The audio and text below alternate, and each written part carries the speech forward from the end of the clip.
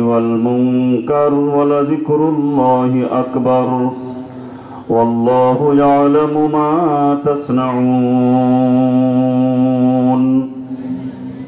আল্লাহ বলেন রাসূলকে নির্দেশ দিতেছেন উতলু আপনি তিলাওয়াত করুন রাসূলকে তিলাওয়াত করার নির্দেশ দিতেছেন এর অর্থ হলো রাসূলের মাধ্যমে আমরা সবাইকে সমস্ত উম্মতে মুহাম্মাদীকে আল্লাহ রাব্বুল আলামিন কোরআনের তিলাওয়াতের আদেশ করতেছেন বলতেছেন উতলু মা উহিয়া ইলাইকা মিনাল কিতাব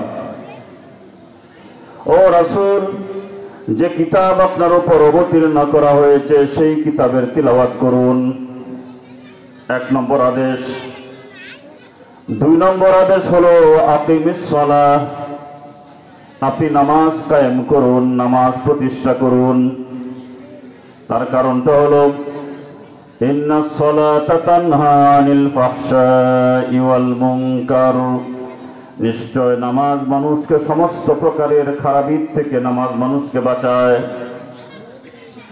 ওয়ালা যিকরুল্লাহি আকবার তিন নম্বর আল্লাহ পাক বলতেছেন আল্লাহর জিকির আল্লাহর স্মরণ এটাই হলো সবচেয়ে বড়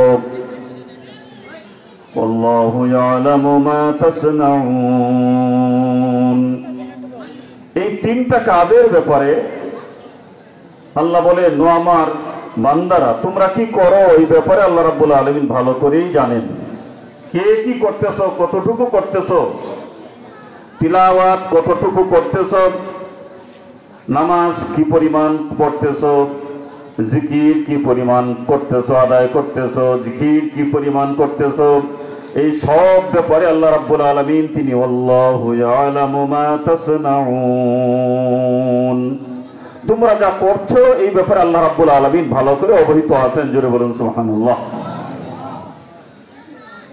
আর হাদিস যে আপনাদের সম্মুখে আমি পাঠ করেছি হাদিসের অর্থটা হলো হযরত আবু হুরায়রা রাদিয়াল্লাহু তাআলা আনহু থেকে হাদিস বর্ণিত হযরত আবু হুরায়রা রাদিয়াল্লাহু তাআলা আনহু তিনি রাসূলের সাহাবায়ে কেরামদের মধ্যে থেকে যিনি সবচেয়ে বেশি হাদিস বর্ণনা করেছেন অসংখ্য সাহাবায়ে কেরামের মধ্যে থেকে যিনি সবচেয়ে বেশি হাদিস বর্ণনা করেছেন তিনি হচ্ছেন হযরত আবু হুরায়রা রাদিয়াল্লাহু তাআলা আনহু হযরত আবু হুরায়রা রাদিয়াল্লাহু তাআলা আনহু থেকে বেশি হাদিস কোন সাহাবী বর্ণনা করেন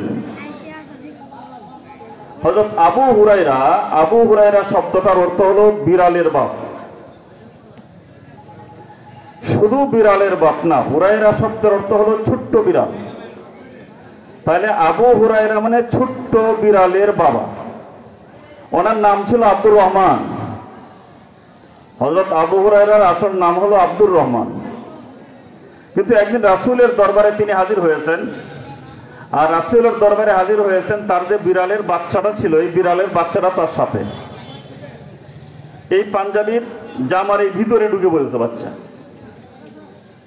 আশ্বিনের ভিতরে ঢুকে পড়েছে রাসূলুল্লাহ সাল্লাল্লাহু আলাইহি ওয়াসাল্লাম সেই আব্দুর রহমান নামক সাহাবীর সেই বিড়ালের বাচ্চা দেখে ফেলেছেন দেখে রাসূল ডাক দিয়েছেন ও আবু হুরায়রা হে বিড়ালের বাপ অর্থাৎ বিড়াল যে সাথে এই জন্য ডাক দিয়া বলতেছেন ও বিড়ালের বাপ এই যে রাসূল বললেন বিড়ালের বাপ এই বললেন তখন থেকে নামই হয়ে গেছে এখন আবু হুরায়রা এখন আব্দুর রহমান বলে শুধু উলামায়ে কেরাম চিনেন সাধারণ মানুষ চিনে না সাধারণ মানুষ জানে তার নাম হলো আবু হুরায়রা এইটাই নাম হয়ে গেছে এখন এই আবু হুরায়রা রাদিয়াল্লাহু তাআলা আনহু তিনি সবচেয়ে বেশি হাদিস বর্ণনা করেছেন হাদিসের কিতাবের মধ্যে ওনার হাদিসই সবচেয়ে বেশি বর্ণিত হয়েছে কেন হযরত আবু হুরায়রা রাদিয়াল্লাহু তাআলা আনহু সার্বক্ষণিকভাবে রাসূলের দরবারে থাকতেন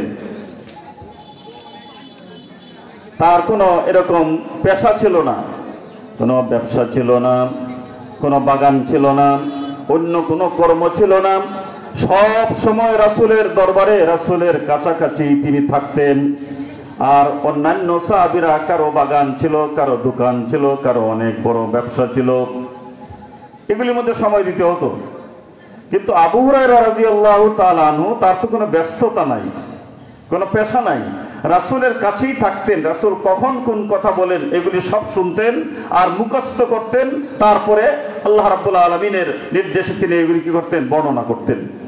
এই জন্য হযরত আবু হুরায়রা রাদিয়াল্লাহু তাআলা আনহুর হাদিস সবচেয়ে বেশি বর্ণিত হয়েছে। তিনি বর্ণনা করেন যে রাসূল একদিন বলতেছিলেন, আলা আদুল্লুকুম আলা মা ইয়ামহুল্লাহু বিহিল খাতায়া ওয়া ইয়ারফাউ বিহিদ দারাজাত।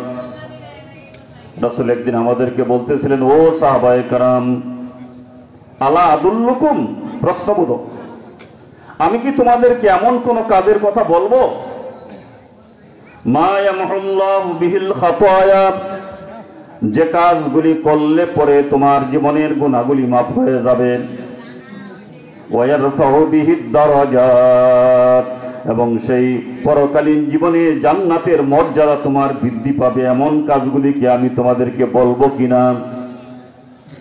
কে প্রশ্ন করলেন? কে বললেন কথাটা? রাসূল বললেন। কাকে বললেন?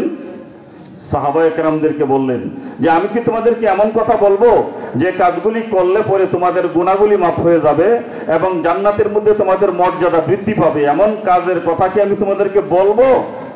সাহাবায়ে কেরাম সমস্বরে বললেন, ক্বালু বালা ইয়া রাসূলুল্লাহ। সাহাবারা বললেন, ও আল্লাহর রাসূল, আপনি বলুন বলুন, সেই কাজগুলি কি, সেই কাজগুলি আমাদেরকে বলুন। তো আমি কি আপনাদেরকে সেই কাজগুলির কথা বলবো? বলবো? বেশি শোনার বেশি আগ্রহ নেই মনে হয়। হ্যাঁ, রাসূল যে বললেন যে আমি কি তোমাদের কেমন কাজের কথা বলবো যে কাজগুলি করলে তোমাদের গুনাহ মাফ হবে এবং জান্নাতের মধ্যে তোমাদের মর্যাদা বাড়বে। সাহাবায়ে কেরাম সমস্বরে চিৎকার করে বললেন, কালু বালা ইয়া রাসূলুল্লাহ, হুজুর বলেন বলেন বলেন।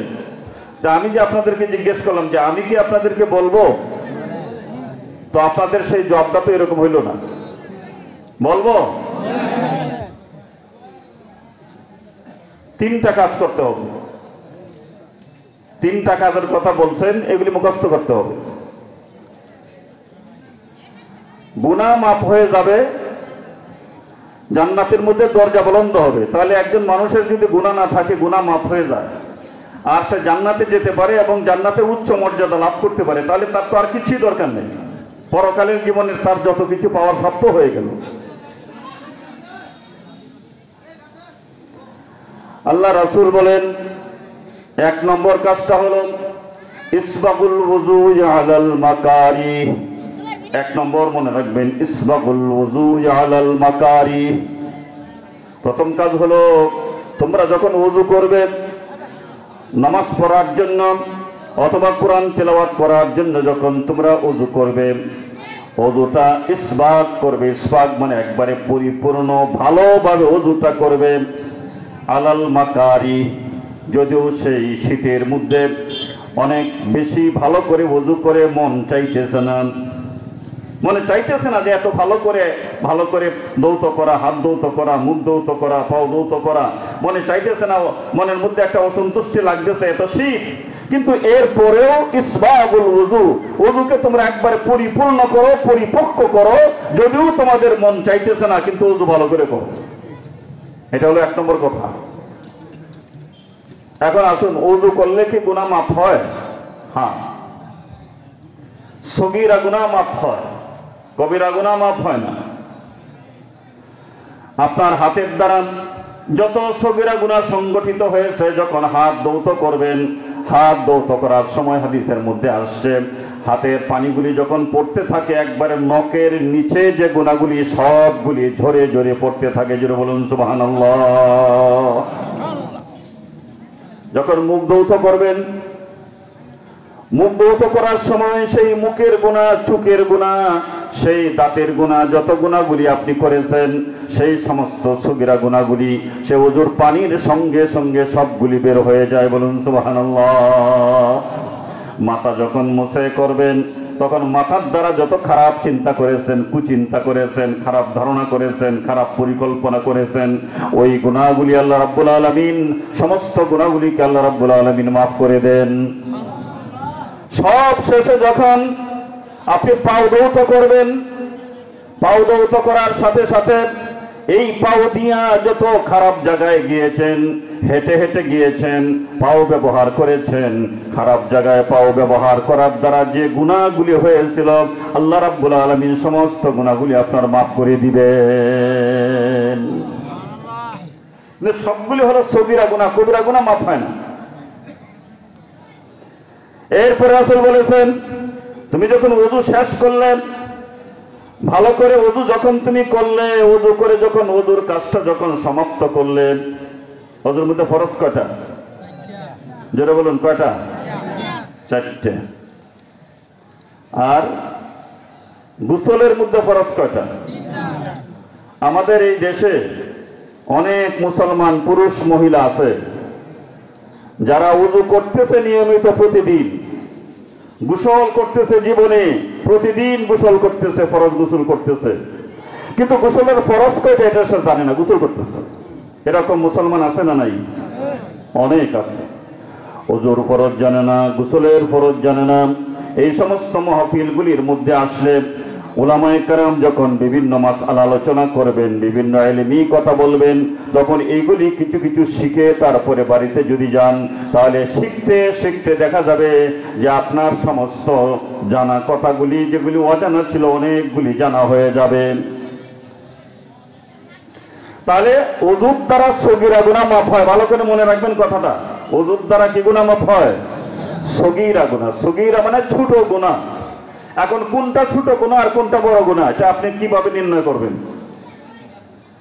এই নির্ণয় করার পথ হলো হাদিসে যে সমস্ত গুনাহ শাস্তির কথা সরাসরি আসছে, যে এই কাজটা করলে এই শাস্তি হবে, এই কাজটা করলে এই শাস্তি হবে, যতগুলি শাস্তির কথা সরাসরি আসছে সবগুলি হলো কবিরা গুনাহ।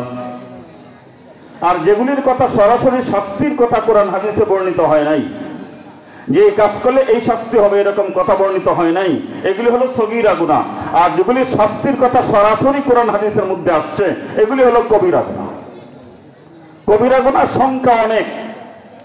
সবচেয়ে বড় কবিরা গুনাহ হলো আশিরকু আকবারুল কাবাইর, আল্লাহর সঙ্গে শিরিক করা, এটা হলো সবচেয়ে বড় কবিরা গুনাহ।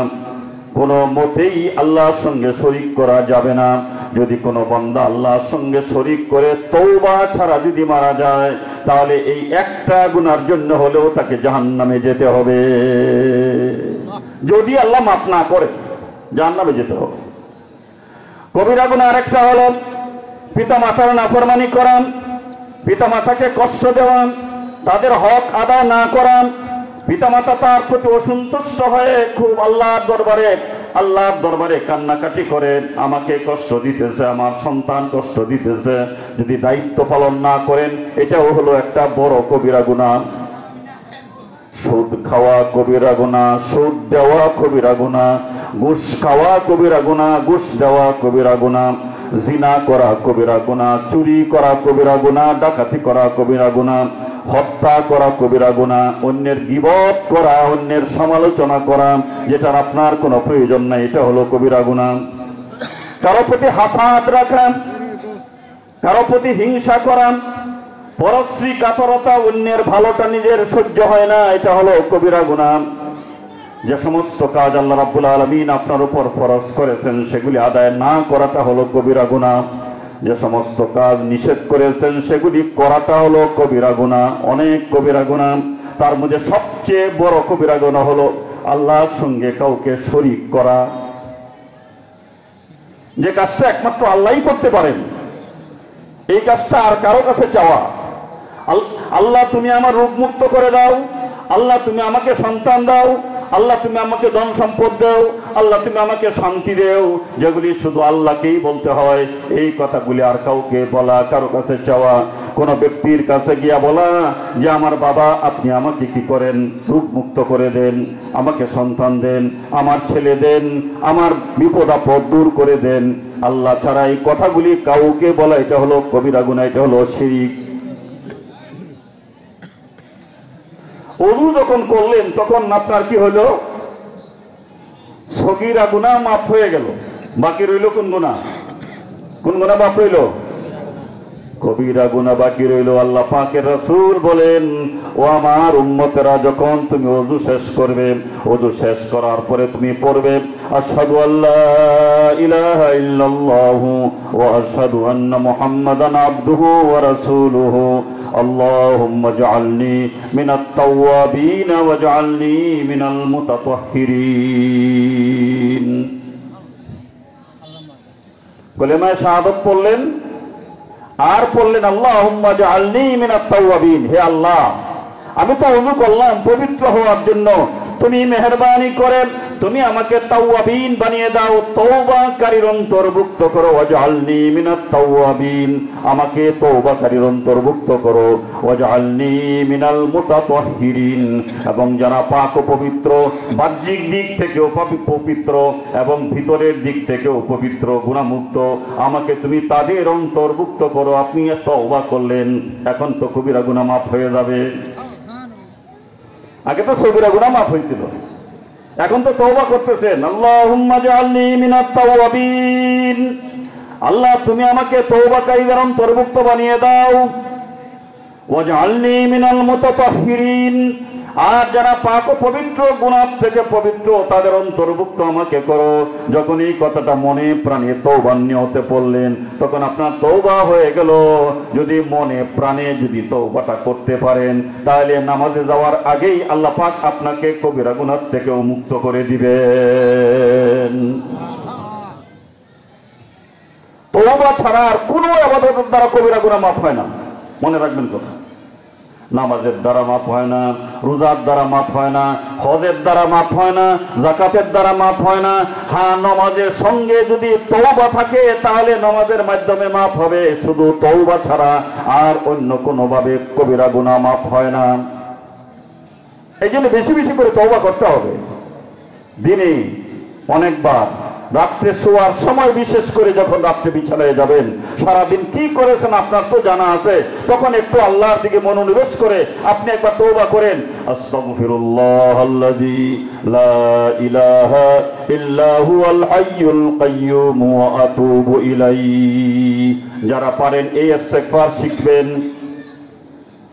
আর সবচেয়ে প্রচলিত ইস্তিগফার যেটা, এটা অর্থ ভালো, আস্তাগফিরুল্লাহ রাব্বি মিন কুল্লি যামবিন ওয়া আতুবু ইলাইহি লা হাওলা ওয়ালা কুওয়াতা ইল্লা বিল্লাহিল আলিয়্যিল আযীম। এটা যারা জানেন পড়েন, আর ওইটা শিখবেন, আস্তাগফিরুল্লাহাল্লাযী লা ইলাহা ইল্লা হুয়াল হাইয়ুল কাইয়্যুম ওয়া আতুবু ইলাইহি। ইস্তিগফার যদি কেউ পড়ে আর তার গুনার পরিমাণ যদি সমুদ্রের সেই ফেনারাশির পরিমাণ হয়, সেই যদি আল্লাহ রাব্বুল আলামিন তার সেই সমস্ত গুনাহগুলিকে তখন মাফ করে দিবেন। যত বেশি গুনাহ সে করেছে, এক হাদিসের মধ্যে আসছে যে একটা গোত্রের অনেক বেশি ভেড়া ছিল, ছাগল ছিল, সেই গোত্রের ছাগল এবং ভেড়ার শরীরের লোমকূপের পরিমাণ যত, এত পরিমাণ গুনাহও যদি তোমার হয়, আর যদি তুমি এই ইস্তিগফার মনে প্রাণে পড়ো, আল্লাহ তোমার সমস্ত গুনাহ মাফ করে দিবেন। আর তওবা কবুল হওয়ার জন্য তিনটা কাজ করতে হবে। এক নম্বর হলো, আপনি যখন ইস্তিগফার পড়বেন তখন গুনাহ থেকে মুক্ত থাকা। এক, যখন ইস্তিগফার পড়বেন তখন গুনাহ থেকে মুক্ত থাকতে হবে। গুনাহ করতেছেন আবার ইস্তিগফার করতেছেন, এটা হবে না। গুনাহ থেকে মুক্ত থাকা।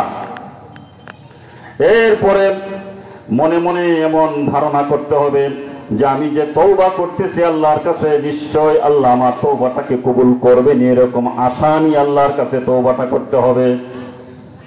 অতীতের গুনার জন্য মাপ চেয়ে, অতীতের সমস্ত পাপের জন্য মাপ চেয়ে, পাশাপাশি ভবিষ্যতে আমি আর এই গুনাহগুলি করব না, এই অঙ্গীকার আল্লাহর কাছে করতে হবে। আল্লাহ তুমি আমার অতীতের গুনাহগুলিকে মাফ করে দাও, অনেক পাপ করেছি, এগুলি আমাকে মাফ করো।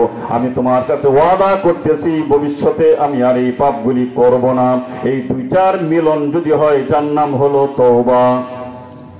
শুধু আল্লাহ আমাকে মাফ করে দাও, তওবা হইল না।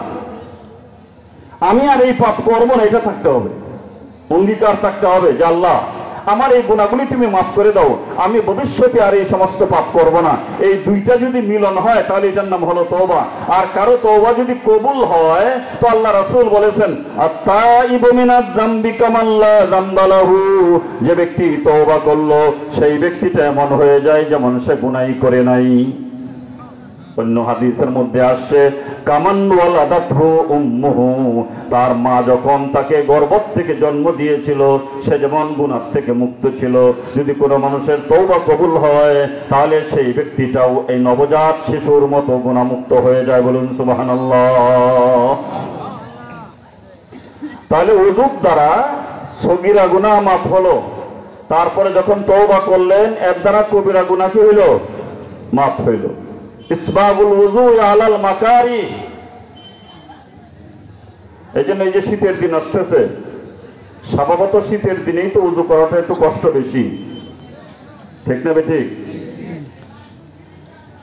মাকারি শব্দের এইটাই যে মনে চায় না এই মাঘ মাসের শীতের মধ্যে ঠান্ডা পানি দিয়া এই লেপের নিচ থেকে বের হয়ে তারপরে ঠান্ডা পানিটা দিয়া খুব ভালো করে হাতগুলি পাগুলি ভিজে উযু করে, এটা মনে চায় না, এটা অপছন্দ লাগে, এটা কষ্ট লাগে।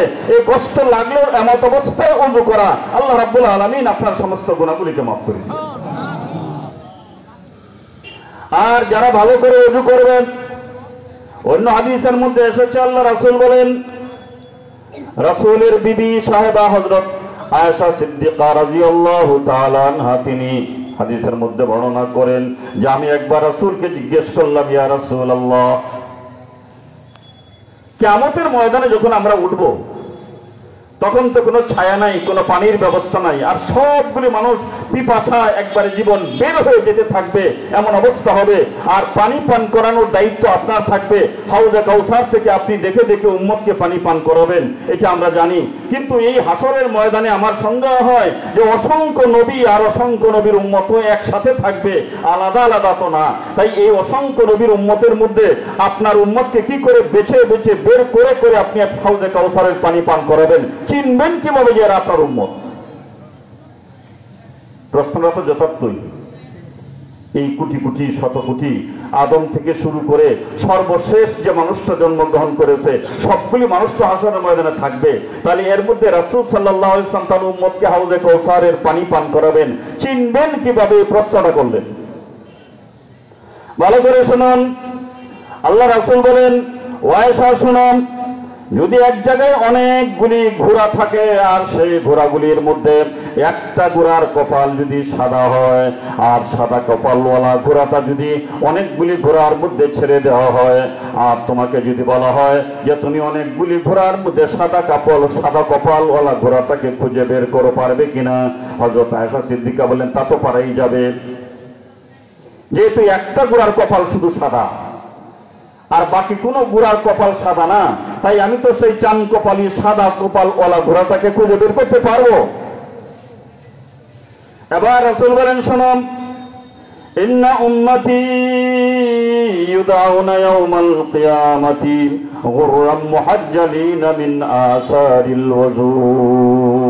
রাসূল বলেন, শুনে রাখো, আমার উম্মতকে কিয়ামতের ময়দানে গুররাম মুহাজ্জালিন, চান কপালি উম্মত বলে ডাক দেওয়া হবে। আর আমি দেখব সেই আমার উম্মতগুলি চান কপালি, আমি দেখেই চিনে নেব এগুলি হলো আমার উম্মত। ধরে ধরে আমি হাউজে কাউসারের পানি পান করিয়ে দিব।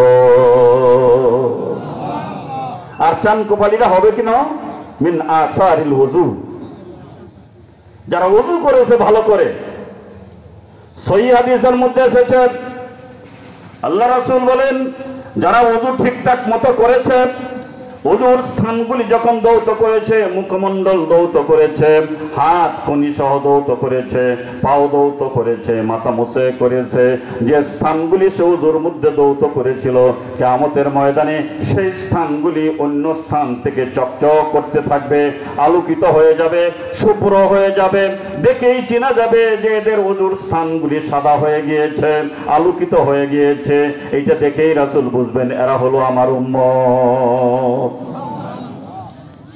চিনতে অসুবিধা হবে না।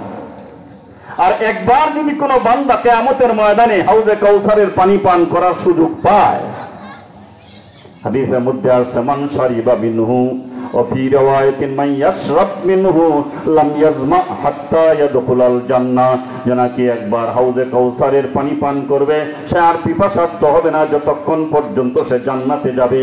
এই এত দীর্ঘ সময়ের মধ্যে আর তার পিপাসা হবে না। ওযুর ওয়াজ করলে আমার সময় ওযুর মধ্যে শেষ হবে, এই জন্য একটু সামনে যাই। ওযুর ওয়াজ এই পর্যন্তই, তাহলে আমরা ভালো করে ওযু করবো তো ইনশাআল্লাহ।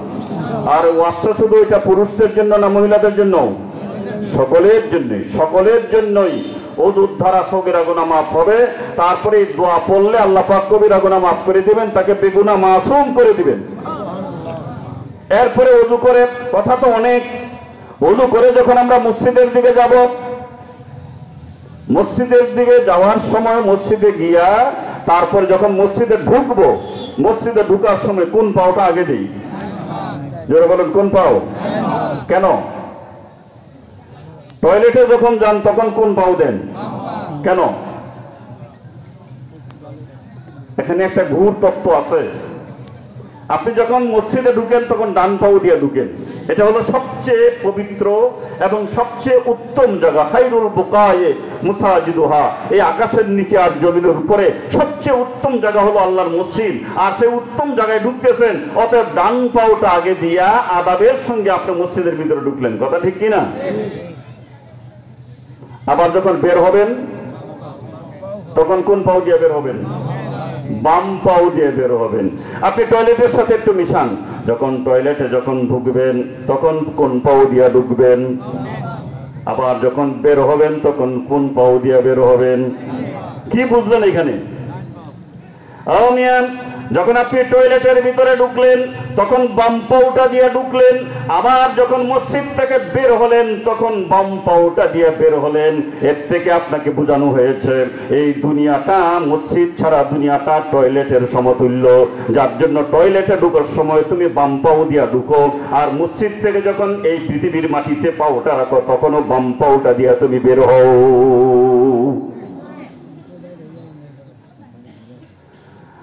তো এখন ঢুকলেন, মসজিদে ঢুকলেন, কি একটা দোয়া না পড়তে হয়? দোয়াটা কি জানেন আপনারা? কি? হ্যাঁ, অনেকে বলছেন আল্লাহুম্মা ইফতাহলি, পরে আবওয়াবা রাহমাতিকা, আরো দোয়া আছে। এটা একটা সংক্ষিপ্ত দোয়া। পড়েন তো সকলেই, কিন্তু অর্থ তো বুঝেন না। এই কথাটা কেন বললেন?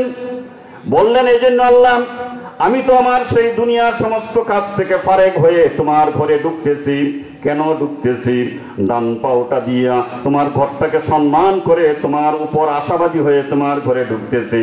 কেন ঢুকতেছি? তোমার থেকে যেন আমি রহমত বরকত পেতে পারি, রহমত বরকত আনার জন্য তোমার ঘরে আমি ঢুকতেছি। অতএব আল্লাহুম্মা, হে আমার আল্লাহ। আল্লাহুম্মা শব্দের অর্থ হলো ইয়া আল্লাহ, হে আমার আল্লাহ।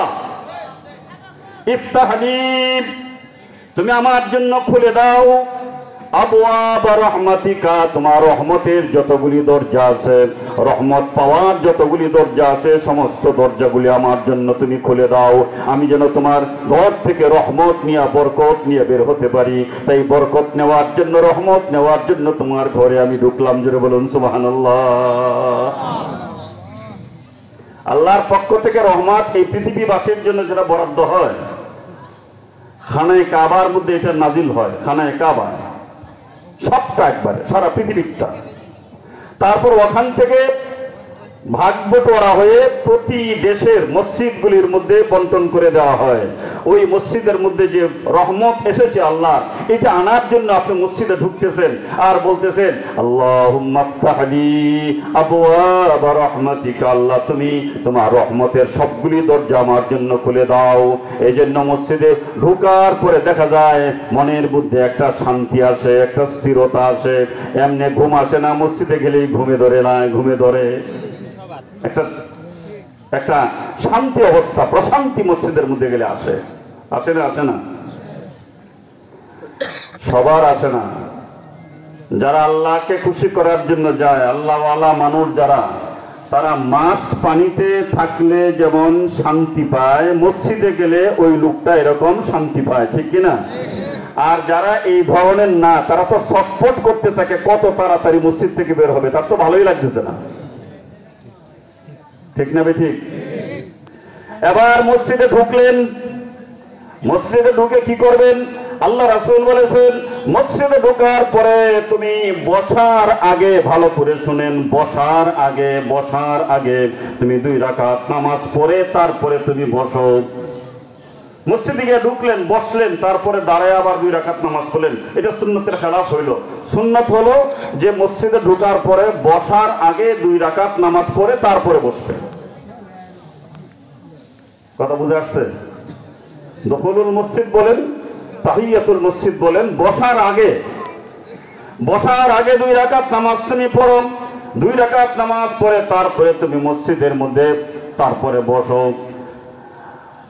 তাহলে আমি যে 3টা কথার কথা বলছিলাম, যে 3টা কথা, 3টা কাজ করলে সমস্ত গুনাহ মাফ হবে, জান্নাতে যাওয়া যাবে, জান্নাতের দরজা আপনার জন্য খুলে দেওয়া হবে, উচ্চ মর্যাদা আল্লাহ পাক দান করবেন। 3টা কথা বলেছিলাম। একটা হলো ওযু করা ভালো করে। ওযুর প্রাসঙ্গিক কিছু কথা আমি বললাম, না হলে তো ওযুর কথা বললেই তো আমার সময় শেষ হবে। তারপর 2 নম্বরটা কি? ইসবাগুল ওযু আলাল মাকারি কাসরাতুল খুতা আলাল কাতফাত কাসরাতুল খুতা ইলাল মাসাজিদ। মসজিদে যখন যাবেন, ওযু করার পরে যখন মসজিদে যাবেন, তখন আপনার পদক্ষেপ যত বেশি হবে, আপনার সেই কদম যত বেশি হবে, সওয়াব তত বেশি হবে। যারা দূর থেকে যাবে তাদের কদম বেশি হবে, তাদের সওয়াব বেশি হবে। যারা কাছের থেকে যাবে তাদের কদম কম হবে, সওয়াব কম হবে। অনেক সময় সাহাবায়ে কেরাম যারা কাছে থাকতেন, মসজিদে নববীর কাছে থাকতেন, এরপর ইচ্ছাকৃতভাবে খুব ছোট ছোট কদম দিয়ে যাইতেন, যে কদম যেন বেশি হয়। 10 কদম দিয়ে যাওয়া যায়, এখানে 30 কদম যদি লাগান তাহলে 30 কদমের সওয়াব আপনি পাবেন। কথা বুঝে আসছে কিনা? রাসূল সাল্লাল্লাহু আলাইহি ওয়াসাল্লামের সময়ে এক গোত্র মসজিদ থেকে অনেক দূরে বসবাস করত। রাসূলের কাছে অনুমতি চাইলো যে হুজুর আমাদেরকে যদি অনুমতি দিতেন, ওখান থেকে আসতে আমাদের একটু কষ্ট হয়, যদি কাছে এসে যেতাম তাহলে তো আমাদের জন্য ভালো হতো। রাসূলুল্লাহ সাল্লাল্লাহু আলাইহি ওয়াসাল্লাম বললেন, ও সাহাবারা শুনুন, যেখান থেকে তোমরা আসতেছো সেখান থেকে তোমাদের কদম বেশি হয়, আর যেখান থেকে আসতে চাইতেছো সেখান থেকে কদম কম হবে। তাই যত কদম বেশি হবে তত সওয়াব বেশি হবে। অতএব তোমরা যেখানে আসো সেখান থেকে মসজিদে নববীতে নামাজ পড়ার জন্য আসো। কাসরাতুল খুতা ইলাল মাসাজিদ, মসজিদের দিকে কদম মেরে মেরে তারপরে মসজিদে যাওয়া এবং নামাজ পড়া, এটা হলো দ্বিতীয় কাজ। আযান যখন হয়ে যায়, হাইয়া আলাস সালাহ হাইয়া আলাল ফালাহ যখন ডাক দেওয়া হয়, পুরুষ মানুষ যারা, তারা সে যে কাজের মধ্যে আছে সেই কাজ ছেড়ে দিয়ে তারপরে মসজিদে আযানের ডাকে সাড়া দেওয়া। এটা মাসালা হলো, আপনি আযান শুনলেন, ভালো করে শুনেন মাসালাটা। আযান শুনলেন, 10 মিনিট বা 20 মিনিট বা আধা ঘন্টা পরে নামাজ হবে, এরকমই তো হয়। আযান শোনার পরে আপনি যে কাজে ছিলেন বাস কাজ করতেছেন, জায়েজ আপনার জন্য। 5 মিনিট আছে মাত্র, এখনো যদি আপনি যান, যে আপনি জ্ঞান নামাজটা ধরতে পারেন, আপনার জন্য জায়েজ। আযান হওয়ার পরেও যদি কাজ করেন, এই কাজ করা আপনার জন্য জায়েজ। হ্যাঁ, যদি আপনি নামাজটা ধরতে পারেন বাস চাইলেই হইল। তার বুঝে আসছে কিনা? কিন্তু একটা আযান আছে, জুমার আযান। জুমার আযানটা হলো, ইয়া আইয়ুহাল্লাযীনা আমানু ইযা নুদিয়া লিস-সালাতি মিন ইয়াউমিল জুমআতি ফাসআউ ইলা যিকরিল্লাহি ওয়া যারুল বাই', যালিকুম খায়রুল লাকুম ইন কুনতুম তা'লামুন। যখন জুমার আযান হয়, জুমার আযান যখন হয়, আমাদের হানাফি মাযহাব অনুযায়ী প্রথম আযান, অন্যান্য মাযহাবে দ্বিতীয় আযান। আমাদের হানাফি মাযহাবে প্রথম আযান। রাসূলুল্লাহ সাল্লাল্লাহু আলাইহি ওয়াসাল্লামের সময় আযান একটা ছিল, দুইটা ছিল না। জুমার আযান একটাই ছিল, যেটা মসজিদের ভিতরে দেওয়া হয়। এটা মসজিদের ভিতরে না দিয়া বারান্দায় দেওয়া হতো। একটা আযান ছিল রাসূলের যুগে, হযরত আবু বকর রাদিয়াল্লাহু তাআলা আনহুর যুগেও একটাই ছিল, হযরত উমর রাদিয়াল্লাহু তাআলা আনহুর যুগেও একটাই ছিল। হযরত উসমান রাদিয়াল্লাহু তাআলা আনহুর সময় যখন আসলো, অনেক দূর দূরান্ত পর্যন্ত সাহাবায়ে কেরামের বাসা বাড়িঘর ছড়িয়ে গেল। হযরত উসমান রাদিয়াল্লাহু তাআলা আনহুর সময় এখন এই মসজিদের বারান্দায় আজান দিলে আর সেই পর্যন্ত আজানের আওয়াজ পৌঁছে না। তাই হযরত উসমান রাদিয়াল্লাহু তাআলা আনহু তিনি আদেশ করলেন, সেই মসজিদের কাছেই একটা উঁচা জায়গা ছিল, যে জায়গাটার নাম ছিল জাওরা, সেই জাওরা নামক স্থানের মধ্যে দাঁড়িয়ে একটা আগে আজান দিয়ে দাও, আগে একটা আজান দিয়ে দাও। তারপরে আজান দেওয়া হলো যাতে করে সমস্ত মানুষগুলি একত্রিত হয়ে যায়। এরপরে মসজিদের আজান দেওয়া হতো। দুই আজানের প্রবর্তন হলো। হযরত উসমান রাদিয়াল্লাহু তাআলা আনহুর সময়ে সমস্ত সাহাবায়ে কেরাম এটাকে সমর্থন করলেন। এটা ইজমায়ে উম্মত হয়ে গেল, শরীয়তের দলিল হয়ে গেল। প্রথম আজান যখন দেওয়া হয়, আল্লাহ পাক বলেছেন, ও ঈমানদারেরা, ইযা নুদিয়া লিস-সালাতি মিন ইয়াউমিল জুমআহ, জুমার দিন যখন আযান দেওয়া হয় তখন তোমাদের জন্য ওয়াজিব হলো, তোমাদের জন্য অপরিহার্য কর্তব্য হলো, ফাসাউ ইলা যিকরিল্লাহি, তোমরা সেই খুতবার দিকে আসো, তোমরা নামাজের দিকে আসো। ওয়াজারুল বাই, বেচা কেনা ছেড়ে দাও, কৃষিকাজ ছেড়ে দাও, চাকরি বাকরি ছেড়ে দাও, যে যে কাজের মধ্যে নিয়োজিত আছে সব ছেড়ে দাও, এটাই তোমার জন্য উত্তম। এই আয়াত থেকে ইমাম আবু হানিফা রাহিমাহুল্লাহু তাআলা আলাইহি, হানাফি মাযহাবের ইমামগণ মাসালা ইসতিমবাত করেছেন যে জুমার আযানের পরে অন্য কোনো কাজ করা জায়েজ নাই, হারাম। অন্য যে কোনো আযানের পরে কাজ করা জায়েজ, পার্থক্যটাই শুধু নামাজ পাইলেই হইল। কিন্তু জুমার যখন আযান হয়, আযানের পরে আর দুনিয়াবি কোনো কাজ করা যায় নাই। হ্যাঁ, শুধু মসজিদে আসার জন্য প্রস্তুতি গ্রহণ করতে যা দরকার তা শুধু। যদি কোনো ব্যক্তি আযান হয়ে গেছে এরপরেও ব্যবসা করতেছে, আযান হয়ে গেছে এরপরেও চাকরি করতেছে, তাহলে এই সময়ের মধ্যে সে যে উপার্জনটা করলো এটা তার হারাম উপার্জন হলো। শুধু জুমার জন্য এটা তার হারাম উপার্জন। এই জন্য জুমার নামাজ পাওয়ার জন্য আমরা যখন আযান শুনি, আযান শোনার সঙ্গে সঙ্গে আমরা মসজিদে হাজির হব, যাবো তো ইনশাআল্লাহ। কাসরাতুল খুতা ইলাল মাসাজিদ। 3 নম্বর হলো ইন্তিজারুস সালাতি বাদাস সালাহ, ইন্তিজারুস সালাতি বাদাস সালাহ। মসজিদে গেছেন আপনি, সেই তাহিয়াতুল মসজিদ নামাজ পড়েছেন, তারপরে সুন্নত নামাজ পড়েছেন, ফরজ এখনো শুরু হয় নাই, আপনি নামাজের জন্য ইন্তজার করতেছেন, অপেক্ষা করতেছেন। যতক্ষণ পর্যন্ত মসজিদে বসে বসে নামাজের অপেক্ষা করলেন, ততক্ষণ নামাজের মধ্যে খাটালে যে সময়টা যে সওয়াব হতো, আল্লাহ পাক সেই পরিমাণ সওয়াব আপনার আমলনামায় দিয়ে দিবেন। অথবা আসরের নামাজ পড়েছেন মসজিদে, কোনো কাজ কাম নাই, আসরের নামাজ পড়ে অপেক্ষা করতেছেন যে আমি মাগরিবের নামাজটা পড়ে তারপরে আমি যাব। ফজরের নামাজ পড়েছেন, ফজরের নামাজ পড়ে অপেক্ষা করতেছেন যে বেলা উঠবে, তারপরে শফের নামাজ পড়ি, তারপরে আমি বের হব। এই যে নামাজের জন্য অপেক্ষা করলেন, এটা হলো তৃতীয় কাজ, ইন্তিজারুস সালাতি বাদাস সালাহ। নামাজ পড়ার পরে আরেক নামাজের জন্য অপেক্ষা করা, এটা হলো তৃতীয় কাজ।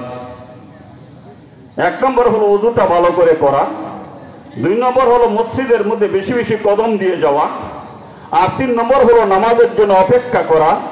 এই 3টা কাজ যদি কেউ করে, আল্লাহ রাসূল বলেন ফাযালিকুমুর রিবাত, ফাযালিকুমুর রিবাত, ফাযালিকুমুর রিবাত। কোন রাওয়ায়াতে 3 বার আসছে। এটা হলো তোমাদের জন্য রিবাত। এখন রিবাত কি? রাসূল যে বললেন এই কাজগুলি যদি তোমরা করো এটা তোমাদের জন্য রিবাত। রিবাত কি? হাদিসে আসছে, রিবাতু ইয়াউমিন ফি সাবিলিল্লাহি খায়রুম মিনাদ দুনিয়া ওয়া মা ফিহা।